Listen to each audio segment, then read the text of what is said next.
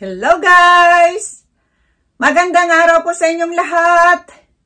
Andito na naman ako sa harap ninyo para naman magbigay ng isang impormasyon na baka hindi nyo pa nalalaman. So guys, ang topic naman natin ngayon sa araw na ito, tuloy-tuloy na tayo, ay ang mga pantasya sa talik ng mga ibang kababaihan. Hindi po panglahatan, yung ibang mga babae lang po. Hindi lang ang mga kalalakihan ang may imaginative na isip pagdating sa talik. So, kami ring mga babae ay meron din kaming mga sikreto o mga fantasy about naman sa pakikipagtalik. So, hindi lang ang mga kalalakihan. So, bibigyan ko kayo ng limang pantasya ng mga kababaihan. So, narito ang number 1, puwersahang talik. Pantasya din ng ibang babae yung nilalagyan ng piring ang mga mata. Walang magawa kundi sumunod na lang sa lalaki. At ito'y nakakapagbigay excitement sa ibang kababaihan kapag nagiging agresibo ang lalaki sa kama. So yan po yung una guys, no? Yung puwersahang talik. Hindi po yung iba po yung nire-rave, hindi po yon. Yung puwersahang halimbawa, bigla mo na lang hablutin yung yung kamay niya o itumbling mo ba siya, pero kasama po yon sa kagustuhan ninyong dalawa sa pakikipagtalik. Yun din ay isang pantasya ng isang babae, no?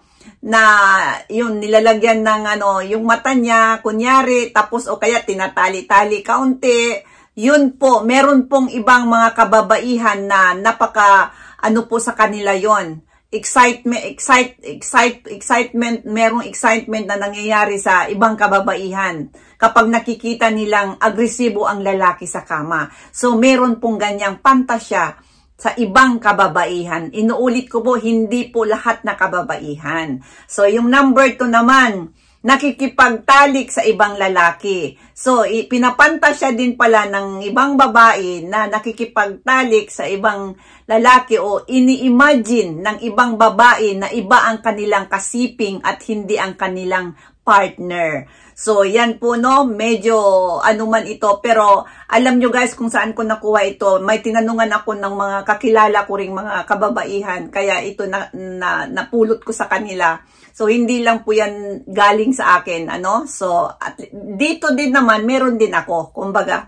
So, yan po yung number 2, nakikipagtalik sa ibang lalaki. Ini-imagine ng ibang babae na iba ang kanilang kasiping at hindi ang kanilang partner. Yun, nasa isip lang, pantasya lang po yun. So, number 3, nakikipagsiping sa kapwa babae.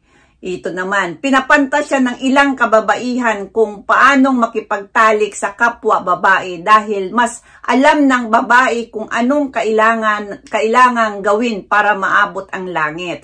So, yun po yung number 3 na nagpapantasya din ng ibang babae na nakikipagsiping sa kapwa babae dahil mas alam kasi ng parehong babae kung nasaan yung mga mga sensitibong bagay o saan sila nasisiyahan. So, napapantasya rin ng mga ibang babae, Yan po yung number 3. At ang number 4 naman, nagsasarili gamit ang mga laruan o tinatawag na sex toys, o vibrator ba dyan.